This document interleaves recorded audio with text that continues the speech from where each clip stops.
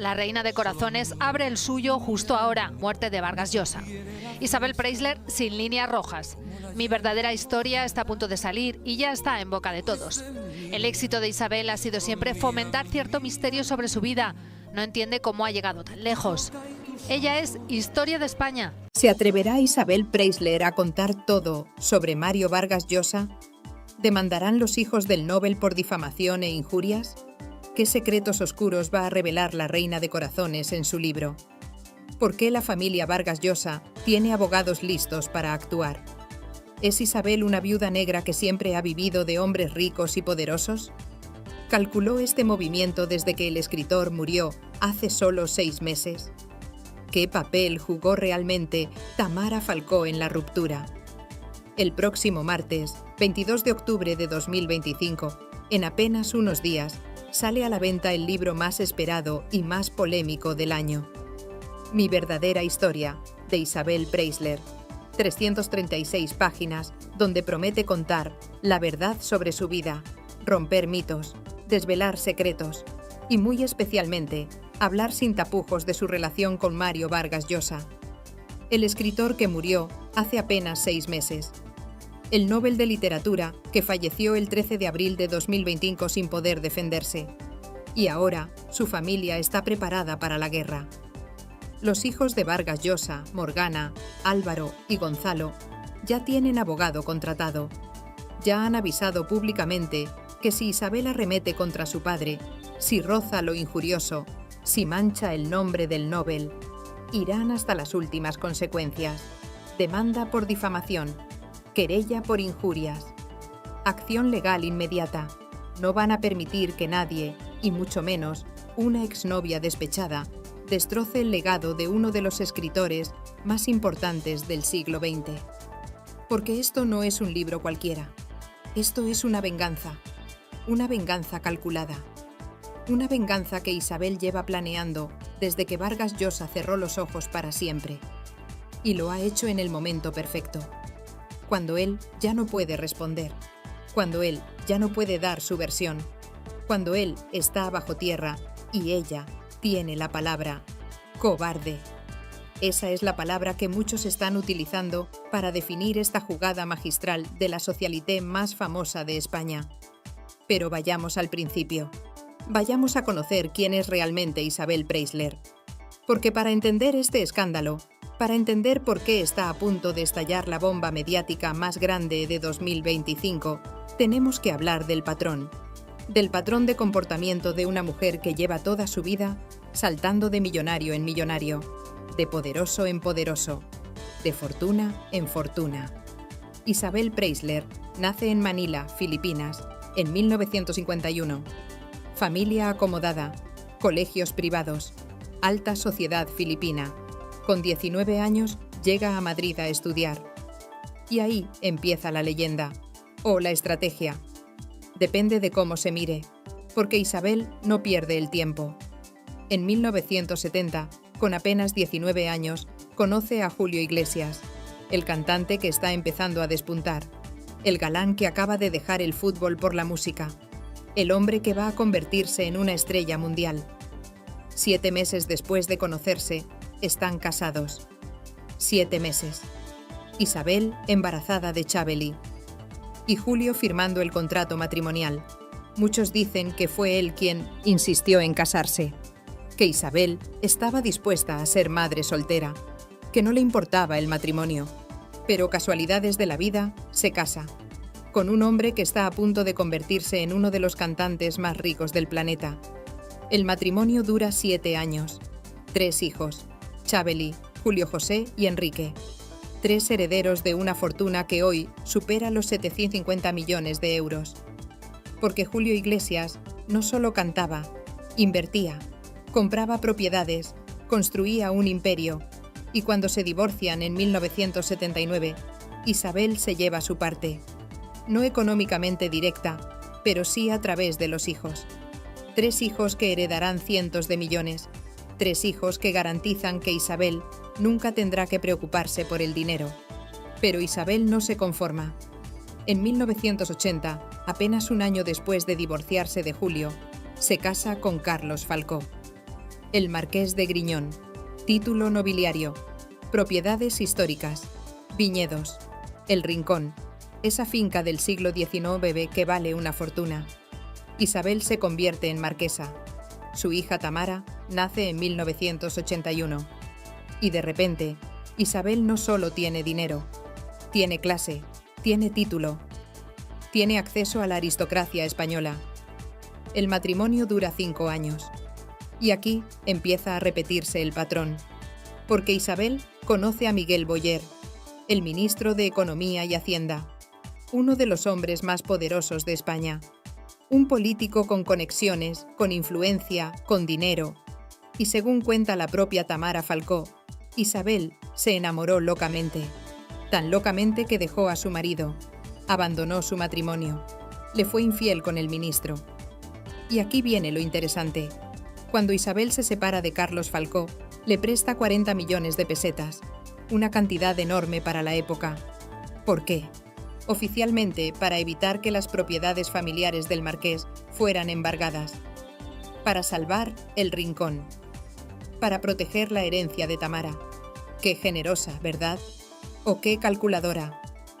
Porque con ese préstamo, Isabel se aseguraba de que su hija heredara un patrimonio intacto, de que Tamara tendría propiedades millonarias, de que el apellido Falcó seguiría siendo sinónimo de riqueza.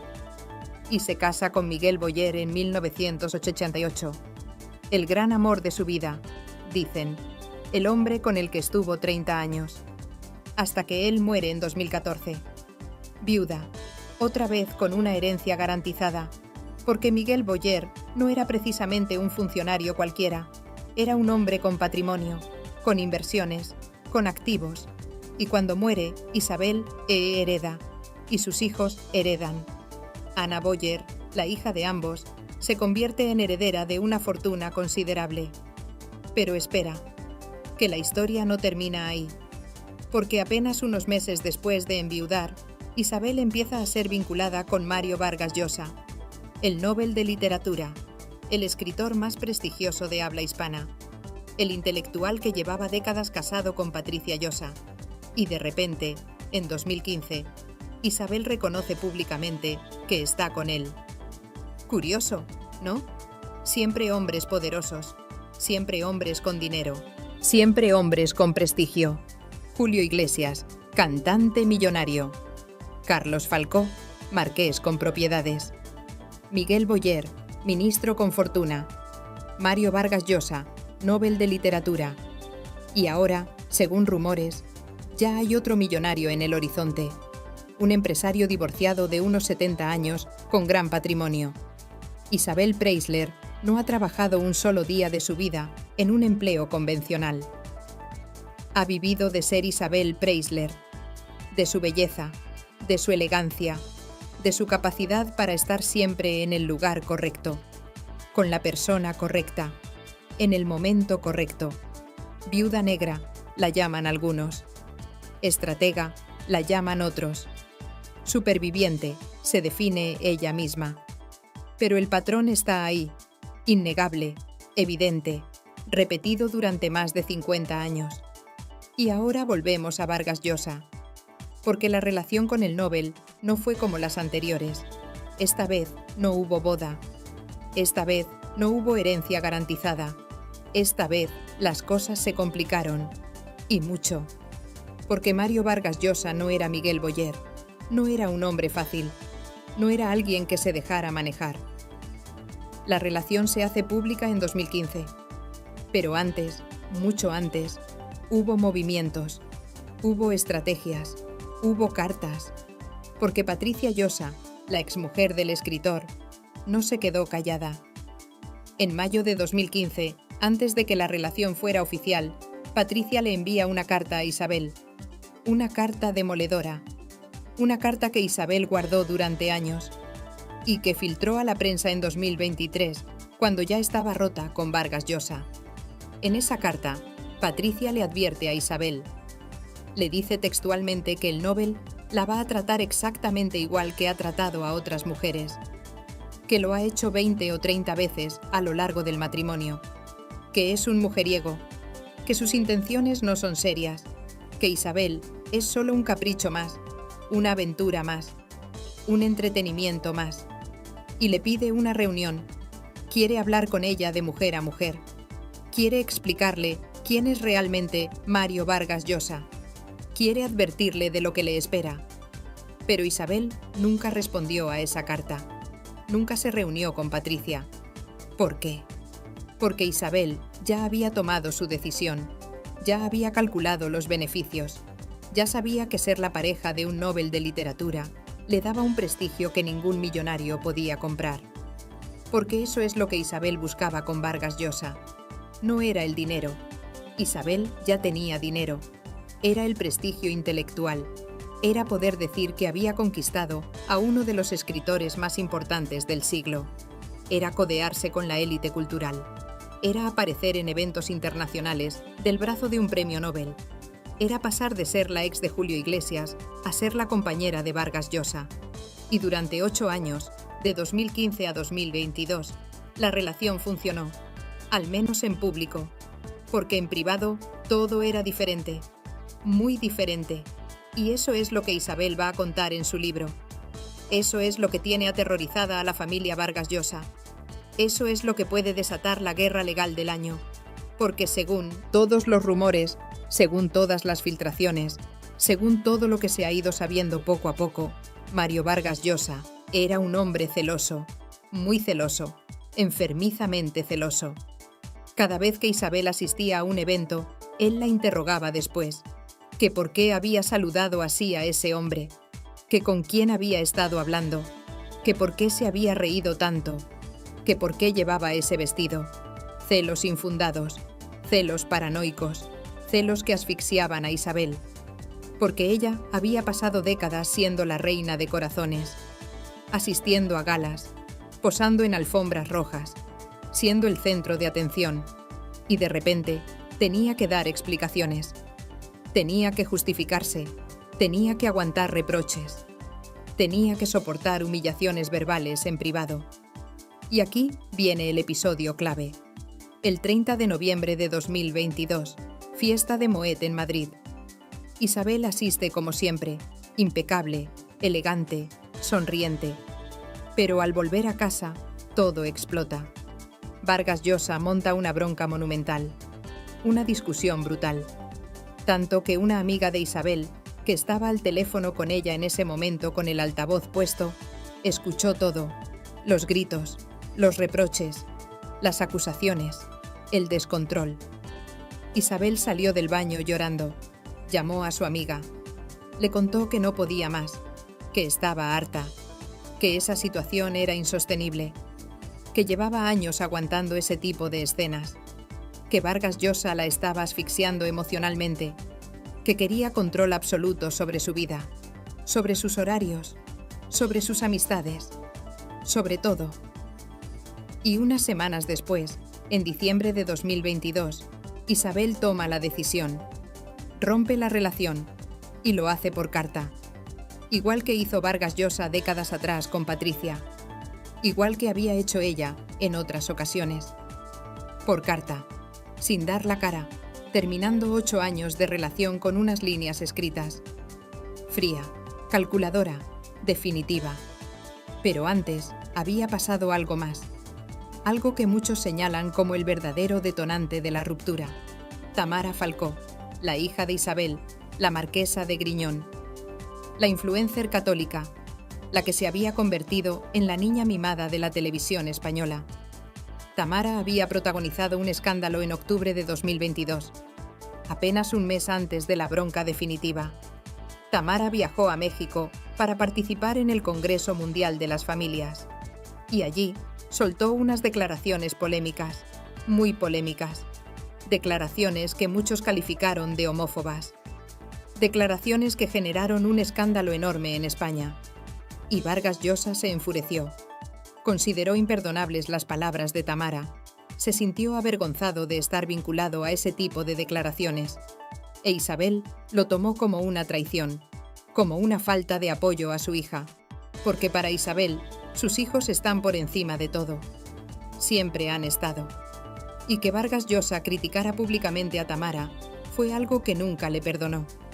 Fue el principio del fin, el punto de no retorno, la grieta que terminó convirtiéndose en un abismo. Y llegó diciembre de 2022, Navidad. Isabel decidió pasarla con sus hijos en Estados Unidos. Sin Vargas Llosa, eligió a su familia por encima de él. Y el escritor se sintió desplazado, ofendido, humillado, porque él esperaba pasar esas fechas con Isabel. Él quería ser prioridad. Él no entendía que para Isabel, sus hijos siempre iban a estar primero. Y esa fue la gota que colmó el vaso. Porque Vargas Llosa nunca perdonó ese desplante, nunca superó ese rechazo. Y cuando recibió la carta de ruptura de Isabel, supo que todo había terminado, definitivamente, sin vuelta atrás. Los meses siguientes fueron de guerra mediática. El entorno de Vargas Llosa empezó a filtrar noticias, a dar su versión, a decir que eran incompatibles, que él era un hombre de cultura y ella del espectáculo, que él buscaba conversaciones profundas y ella superficialidades, que él era un intelectual y ella una socialité, desprestigiándola, rebajándola, intentando quedar bien en la ruptura. Pero Isabel no se quedó callada. Empezó a filtrar también, a contar su versión a periodistas amigos, a hablar de los celos, de los reproches, de las humillaciones, de cómo Vargas Llosa la aburría soberanamente con sus monólogos interminables, de cómo necesitaba que ella le tapara en la cama como a un niño pequeño, de cómo le tenía que dar un beso de buenas noches, de cómo le cobraba millones por vivir en su mansión de Puerta de Hierro. Sí, habéis oído bien. Según filtraciones de la propia Isabel, Vargas Llosa le pagaba una cantidad millonaria por vivir en la casa de ella, por ocupar una habitación en la mansión de Isabel, como un inquilino de lujo, como un huésped permanente, porque esa casa era de Isabel, comprada con el dinero de Miguel Boyer, y Vargas Llosa era solo un invitado que pagaba por estar ahí. Pero entonces, en abril de 2025, todo cambió. Mario Vargas Llosa muere. 89 años, neumonía. El rey Felipe VI preside los actos, homenajes en todo el mundo. Y un funeral blindado. Un funeral al que Isabel Preisler no fue invitada. Los hijos de Vargas Llosa la vetaron. No querían verla, no la querían cerca. La culpaban de haber amargado los últimos años de vida de su padre. Porque según amigos íntimos del escritor, Vargas Llosa murió enamorado de Isabel. Nunca la olvidó.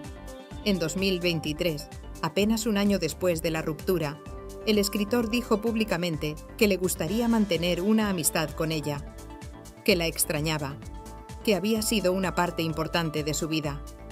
Pero Isabel nunca respondió. Y los hijos bloquearon cualquier intento de acercamiento. Morgana, Álvaro y Gonzalo Vargas Llosa protegieron a su padre de cualquier contacto con Isabel. Le impidieron verla, le impidieron hablar con ella, le impidieron tener cualquier tipo de comunicación, porque sabían que su padre todavía sentía algo, que todavía la amaba, y no querían que esa mujer le hiciera más daño. Y Vargas Llosa murió sin reconciliarse con Isabel, murió con esa espina clavada, murió pensando en ella, murió, según dicen, con su nombre en los labios, trágico, romántico o patético, depende de cómo se mire, porque al final, un premio Nobel de literatura, un hombre que había escrito sobre pasiones y amores imposibles, murió víctima de su propio drama personal. Y ahora, 6 meses después, Isabel publica su libro. Ahora que él no puede defenderse, ahora que él no puede dar su versión, ahora que él está muerto y enterrado, y va a contar todo, o eso promete, va a romper mitos, va a desvelar secretos, va a hablar de los celos, de las humillaciones, de los reproches, de la incompatibilidad, de todo lo que vivió durante esos 8 años. Y la familia Vargas Llosa está preparada. Tienen abogado, tienen estrategia, tienen claro que si Isabel se pasa de la raya, si difama, si injuria, si calumnia, van a actuar. Demanda civil por daños al honor familiar. Querella por difamación. Acción legal para proteger el legado del Nobel. Porque no van a permitir que Isabel Preisler, la exnovia, la socialité, la viuda negra, destroce la memoria de uno de los escritores más importantes del siglo XX. ¿Pero qué va a contar exactamente Isabel en ese libro? Según todos los rumores, según todas las filtraciones, va a hablar de cómo Vargas Llosa la controlaba emocionalmente, de cómo le reprochaba cada salida, de cómo la interrogaba después de cada evento, de cómo la hacía sentir culpable por ser quien era, por ser la reina de corazones, por tener una vida social intensa. Va a contar que Vargas Llosa era aburrido, que sus monólogos sobre literatura y política la dejaban dormida, que sus amigos intelectuales la miraban por encima del hombro, que nunca la aceptaron realmente en ese mundo, que siempre fue la mujer florero, la acompañante guapa, la que posaba para las fotos pero no participaba en las conversaciones. Va a contar que Vargas Llosa necesitaba cuidados constantes, que era como un niño grande, que necesitaba atención permanente, que la llamaba varias veces al día, que se enfadaba si ella no estaba disponible, que montaba escenas de celos por cualquier tontería, que la asfixiaba, que la agobiaba, que la tenía presa en una jaula de oro. Y va a contar el episodio de Tamara, el conflicto que nunca se resolvió, cómo Vargas Llosa criticó a su hija, cómo eso creó una barrera insalvable, cómo Isabel tuvo que elegir y cómo eligió a su hija. Siempre, porque para Isabel sus hijos están por encima de cualquier hombre, por encima de cualquier relación, por encima de cualquier amor. Y eso es algo que tiene que quedar claro. Isabel Preisler habrá sido muchas cosas, habrá calculado, habrá planificado, habrá saltado de millonario en millonario, habrá construido su vida alrededor de hombres poderosos, pero siempre, siempre, siempre ha protegido a sus hijos. Chabeli, Julio, Enrique, Tamara, Ana. Los 5 están blindados. Los 5 tienen fortunas garantizadas. Los 5 han sido la prioridad absoluta de Isabel durante toda su vida. Y ahora, a sus 74 años, Isabel quiere contar su verdad. Quiere romper el silencio. Quiere que se sepa su versión.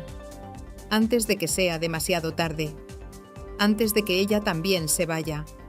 Antes de que la historia la juzgue solo por las versiones de otros. Quiere dejar su testimonio, su legado, su verdad. Pero hay algo más, algo que pocos están diciendo pero que es evidente. Isabel está vengándose. Se está vengando de Vargas Llosa, de su familia, de Patricia Llosa, de todos los que la miraron por encima del hombro, de todos los que pensaron que no estaba a la altura, de todos los que la consideraron una arribista, una cazafortunas, una viuda negra. Y lo hace en el momento perfecto, cuando Vargas Llosa no puede defenderse, cuando él está muerto, cuando su memoria todavía está fresca, cuando el dolor de su familia todavía es reciente. Calculadora hasta el final, estratega hasta la última consecuencia, fría como el hielo, pero efectiva, porque el libro va a vender millones. Va a ser el fenómeno editorial del año. Todo el mundo va a querer leer lo que Isabel cuenta sobre Vargas Llosa, sobre Julio Iglesias, sobre Carlos Falcó, sobre Miguel Boyer, sobre todos los hombres que pasaron por su vida y sobre cómo ella construyó, paso a paso, año a año, relación a relación, un imperio basado en su belleza, su elegancia y su capacidad para elegir siempre al hombre correcto. Y la familia Vargas Llosa va a tener que decidir. ¿Demandan? ¿Dejan pasar? ¿Responden públicamente? ¿Guardan silencio? Porque si demandan, el escándalo será aún mayor. El libro venderá aún más. Isabel ganará aún más dinero. Y el nombre de Vargas Llosa seguirá en boca de todos. Pero por las razones equivocadas, no por su literatura, no por su legado intelectual, sino por sus celos, por sus manías, por su relación tormentosa con una mujer que nunca estuvo realmente a su altura intelectual, pero que siempre estuvo varios pasos por delante en el tablero de la vida real. Y si no demandan, parecerá que todo lo que Isabel cuenta es verdad, que callan porque saben que no tienen defensa, que prefieren no remover más el asunto, que quieren que el tema se olvide lo antes posible, pero el daño ya estará hecho. La imagen de Vargas Llosa ya estará manchada. El Nobel de Literatura pasará a ser recordado también como el hombre celoso que atormentaba a Isabel Preisler. Están entre la espada y la pared, y todo porque Isabel ha jugado su mejor carta. La carta definitiva, la venganza perfecta. Publicar un libro cuando el otro ya no puede responder. Contar su versión cuando él no puede dar la suya. Quedarse con la última palabra, con el último golpe, con la victoria final. Porque al final, esto no es solo la historia de una relación que salió mal. Esto es la historia de una mujer que lleva toda su vida sobreviviendo en un mundo de hombres poderosos, que ha aprendido a moverse entre ellos, a sacar provecho, a proteger a los suyos, a construir su propio imperio sin depender realmente de ninguno de ellos. Porque Isabel nunca ha dependido de nadie. Ha utilizado, ha calculado, ha planificado, pero nunca ha dependido. Julio Iglesias la hizo famosa. Carlos Falcó le dio un título. Miguel Boyer le dio estabilidad. Vargas Llosa le dio prestigio intelectual. Pero Isabel ya era Isabel antes de todos ellos, y seguirá siendo Isabel después de todos ellos, porque ella es la constante, ella es la que permanece, ella es la que siempre gana, y ahora está a punto de ganar otra vez, con un libro que va a vender millones, que va a generar titulares durante meses, que va a mantenerla en el centro de atención, que va a recordarle al mundo entero quién es Isabel Preisler. La reina de corazones, la mujer más elegante de España, la socialité más famosa de Europa, la viuda que siempre renace, la estratega que nunca pierde. El martes 22 de octubre, el libro llega a las librerías, 336 páginas, 25 euros probablemente. Editorial Espasa. Y millones de personas esperando para leerlo, para conocer los secretos, para saber qué pasó realmente, para entender cómo fue la vida de Isabel Preisler y muy especialmente para conocer los detalles oscuros de su relación con Mario Vargas Llosa. La familia está preparada, los abogados están listos, las demandas pueden llegar en cuestión de días, la guerra legal puede estallar en cualquier momento, porque esto no ha hecho más que empezar. La publicación del libro es solo el primer acto. Luego vendrán las entrevistas, las promociones, las declaraciones, los comunicados, los desmentidos, las filtraciones, el escándalo permanente. Y en medio de todo esto, una pregunta que nadie se atreve a hacer en voz alta. ¿Calculó Isabel Preisler la muerte de Vargas Llosa como el momento perfecto para publicar su libro? ¿Esperó a que él muriera para poder contar su versión sin que él pudiera responder? ¿Es tan fría? ¿Es tan calculadora? ¿O simplemente ha aprovechado las circunstancias? Porque el timing es perfecto. Demasiado perfecto. Vargas Llosa muere en abril. El libro se anuncia en septiembre. Sale en octubre. 6 meses. El tiempo justo para que el dolor de la familia sea todavía intenso. El tiempo justo para que la memoria del escritor esté todavía fresca. El tiempo justo para que el escándalo tenga el máximo impacto. Casualidad, o planificación, suerte, o estrategia, timing, o cálculo. Isabel Preisler nunca ha dejado nada al azar en su vida. Ha planificado cada movimiento, ha calculado cada paso, ha elegido cada momento. Y este no va a ser diferente. ¿Se atreverá Isabel a contar todo sobre Vargas Llosa? ¿Hablará de los celos enfermizos que la atormentaban? ¿Revelará las humillaciones verbales que sufría en privado? ¿Contará el episodio de Tamara Falcó que rompió definitivamente la relación? ¿Explicará por qué eligió pasar la Navidad de 2022 con sus hijos en lugar de con él? ¿Desvelará que le cobraba millones por vivir en su casa? ¿Demandarán los hijos de Vargas Llosa? ¿Irán a los tribunales por difamación? ¿Presentarán querella por injurias? ¿Defenderán el honor de su padre con todas las consecuencias? ¿O preferirán guardar silencio y dejar que el escándalo pase lo antes posible? ¿Es Isabel Preisler una viuda negra que ha vivido toda su vida de hombres ricos y poderosos? ¿O es una superviviente que ha sabido jugar sus cartas en un mundo dominado por hombres? ¿Es una cazafortunas? ¿O una mujer inteligente que ha sabido proteger a sus hijos por encima de todo? ¿Murió Vargas Llosa enamorado de Isabel? ¿La perdonó antes de morir? ¿Intentó contactar con ella? ¿O se fue con rencor, con dolor, con la espina clavada de no haber podido reconciliarse? ¿Fue Tamara Falcó la verdadera culpable de la ruptura? ¿Fueron sus declaraciones en México el detonante definitivo? ¿O solo fue la excusa que Isabel necesitaba para terminar una relación que ya no funcionaba? ¿Qué papel jugó Patricia Llosa en todo esto? ¿Su carta fue una advertencia honesta? ¿O fue un intento de sabotear la relación de su exmarido?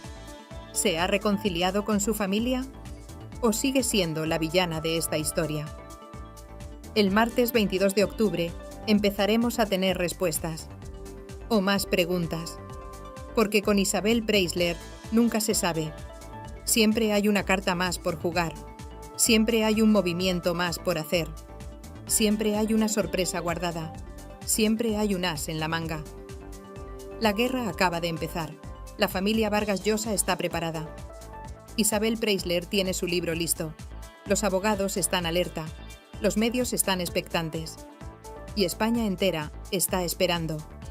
Esperando el escándalo. Esperando las revelaciones. Esperando la batalla legal. Esperando el espectáculo. Porque al final, eso es lo que es. Un espectáculo. El último gran espectáculo de Isabel Preisler. Su venganza final. Su verdad definitiva. Su legado controvertido. Y el precio que la familia de un Nobel de Literatura tendrá que pagar por los errores de un hombre que murió enamorado de la mujer equivocada.